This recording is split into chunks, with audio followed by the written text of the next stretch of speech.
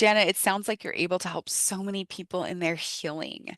And one thing that interests me that we were talking about before we started recording is you mentioned sort of this identity shift. I'm trying to remember the word you used, identity crisis or something of you spent all these years being kind of admired as this incredible hair and makeup artist.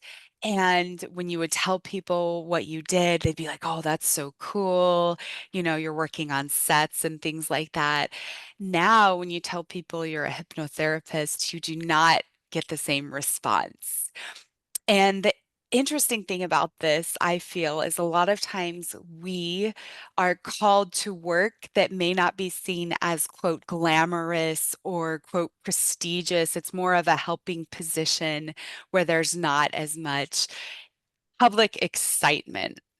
And so I'd love for you to talk to our listeners about how you're navigating that, because it kind of hurts when you tell someone you're a hypnotherapist and they don't get it, right?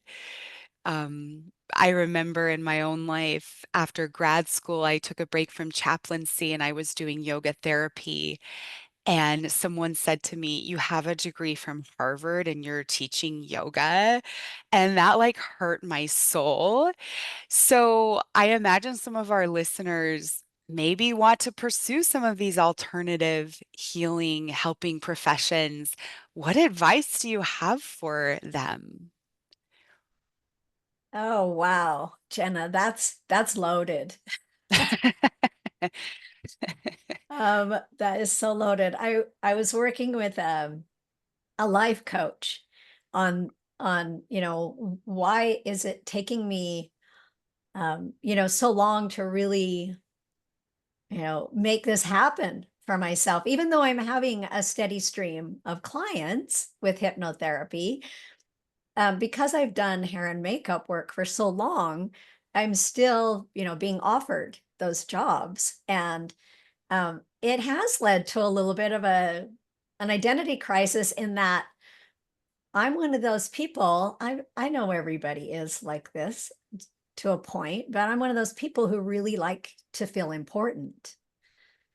And, when I was in the salon, I do a haircut, and one client would become three, and three would become nine, and nine would become 12. And it was exponentially grow every time.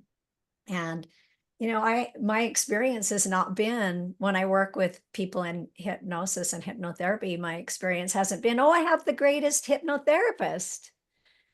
And um, because it's not what I've experienced in the past, it's been really interesting to figure out the journey of how to get people to know who you are and what it is that you can do for them. I'm not really sure that I have a lot of advice for somebody who is making a career change, particularly as late as I am in my life. But I imagine that I would have really good advice for them in another, year, because I feel the shift is Yes.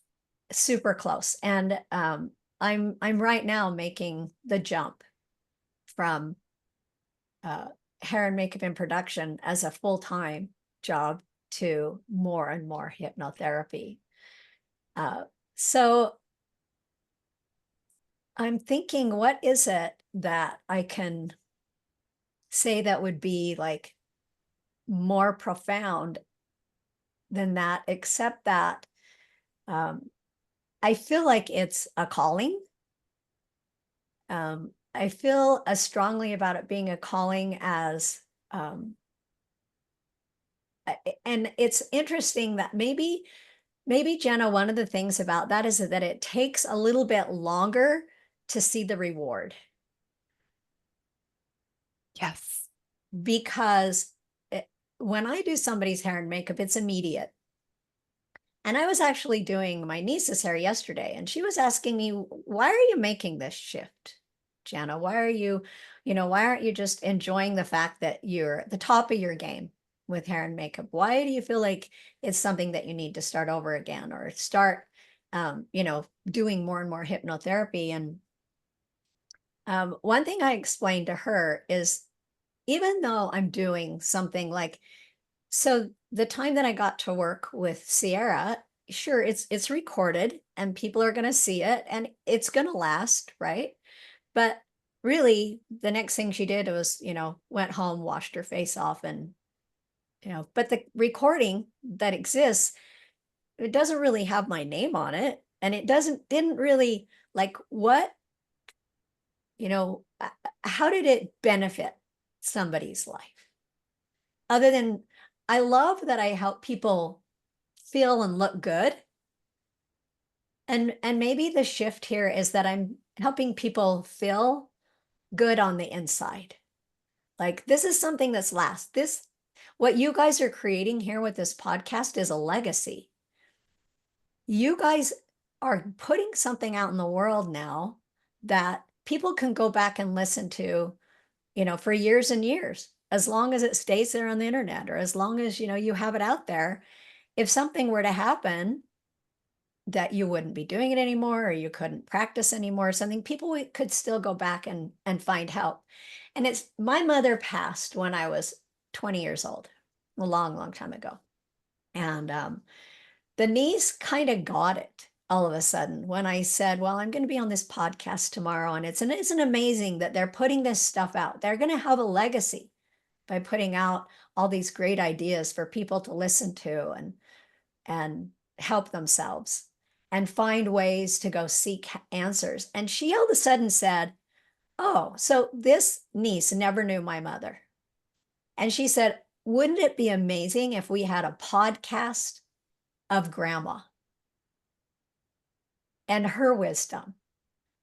And they said, so right now I'm doing your hair, right? And it's going to grow out. And you love the color right now, but it's going to grow out, it's going to change. But if I give you something to make your life better through hypnotherapy, through positive mind management, how much more is that going to affect you and make your life better than me just making you pretty? Yeah. There's so many things in that. First of all, thank you for that perspective about our podcast. Oh, that touched my heart when you said legacy. I was like, oh my goodness, like, yeah, like our children's children's children's children, will be able to listen to this hopefully. And that's amazing. Also, what I thought of was, you know, purpose and like your calling and purpose is, yes, you have this amazing gift and talent of doing hair, but I imagine it's not just doing hair. Like I've been in your chair before and we talked, and you've been able to kind of share your empathetic skills and your listening skills with so many people that have sat in your chair. And now it's doing it in a more profound way and a deeper connection with these people. And so I think it's just building on all of these things that you already have. And like you're saying, it's going to be bigger and bigger. You're just starting. Whereas with hair, you have, years of experience and it's built into this amazing thing. I think too, understanding that starting over, it's okay to start over, right? But and know that like starting over means starting over, starting from client to client. I'm in a point in my therapy journey where I have a full caseload right now. Like my caseload's full. I'm doing well in my therapy. I remember when that wasn't the case going into private practice. And now Jenna and I are starting a women's wellness camp that's coming out. We're launching that so soon. Tickets will be available soon. And that's going to be the thing that I have to, tell everyone about now. And they're like, you're a therapist. I'm like, yeah, but we have this women's wellness camp and we're so excited about it. It's going to help so many women all at once instead of one to one.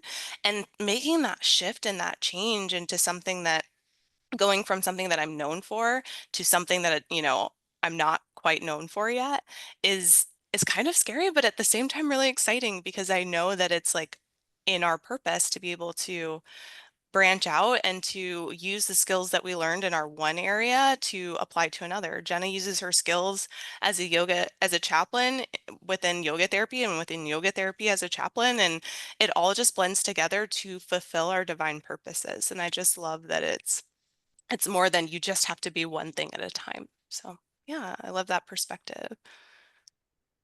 Yeah, I love that so much, Sierra, because I think part of the identity crisis that was happening here was I love the fact that I have literally 47 years doing hair and almost 30 years doing production work. And so there's like an expert level there, right? And so in a lot of ways, I've embraced that expert level so much that I thought at first, when I first got into hypnotherapy 4 years ago, I thought, well, I need to like not talk about hair and makeup because it's such a weird like connection, right? I was a hair and makeup artist, now all of a sudden I'm a hypnotherapist. Like that's kind of a jump, right? Um, and now it's just now that I'm starting to understand that the integration of the two of them is what makes it really profound because it's all our individual stories that make us special. And uh, I'm a hair and makeup artist for 47 years. You know, like you don't take that out of your identity. You don't get to pretend that that wasn't you. You get to out, you get to figure out a way to integrate it into the new place that you're going next. And Yes. it's funny because what maybe started as a identity crisis is now an integration rather than a crisis. Yes, integrating identities. I love that. Sometimes I call it just like everyone, not everyone, but a lot of people that I talk to, want to change something, or I would be happier if I were different, or if I wasn't like this, or I need to hide this part of myself. And I call it like leaning in. Like, but that is a part of you. And what Mhm. would happen, what would happen if we leaned into that? Like what skills and abilities and things that you've learned from being that person or in that space can we lean into in this new space? And so I think that I love that, like the integration of identities um, is valuable, definitely. Yeah, for sure. Because, the reason why a person is successful at something like hair or makeup in a salon or on a production are the same, characteristics that are going to be able to follow forward and make you more useful as a hypnotherapist. And I feel like my life experience, just even my life outside of production or things I've learned in production, um, are definitely, informing my work as a hypnotherapist. I have all these years of experience in many, many different situations that help to inform how I can help people as well. So I love that you've brought it up that way and brought that to mind for me. Thank you so much. Janna, earlier you very vulnerably and beautifully said you have a desire to feel important. And I am so grateful that you named that. And I do think many of us have that. I think that's normal. As children of God, we're meant to shine and to be seen and to be appreciated for our different unique gifts. So, one thought I had on this needing to feel important is what you shared. Sometimes the important work we do is not seen. And in the last episode, I talked about this idea of us needing to have, quote, success. And my argument is that sometimes, quote, success in our eyes isn't success in God's eyes. So that fruit of your work that may not be seen by the world, but that can really transform someone for their entire life is much more important than any outward accolade or recognition from the world. And so I just wanted to thank you for bringing that up. and for showing by example that you have courage to go where you are called. And I want to encourage all of our listeners to go where you feel called because you will be doing God's work, even if the quote success doesn't look like, an Instagram post or a viral news article.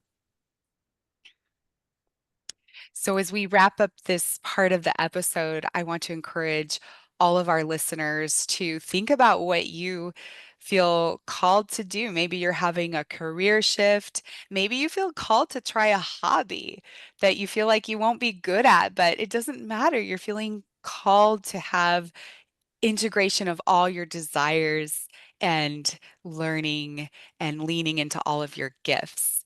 So, thank you so much for joining us today. Thank you, Janna, for your light and for your expertise and your healing practice. Janna, how can listeners be in touch with you if they'd like to work with you? Thank you so much. My business name is Mind Matters Hypnotherapy, and you're able to ask for a free consultation at mmhypno.com.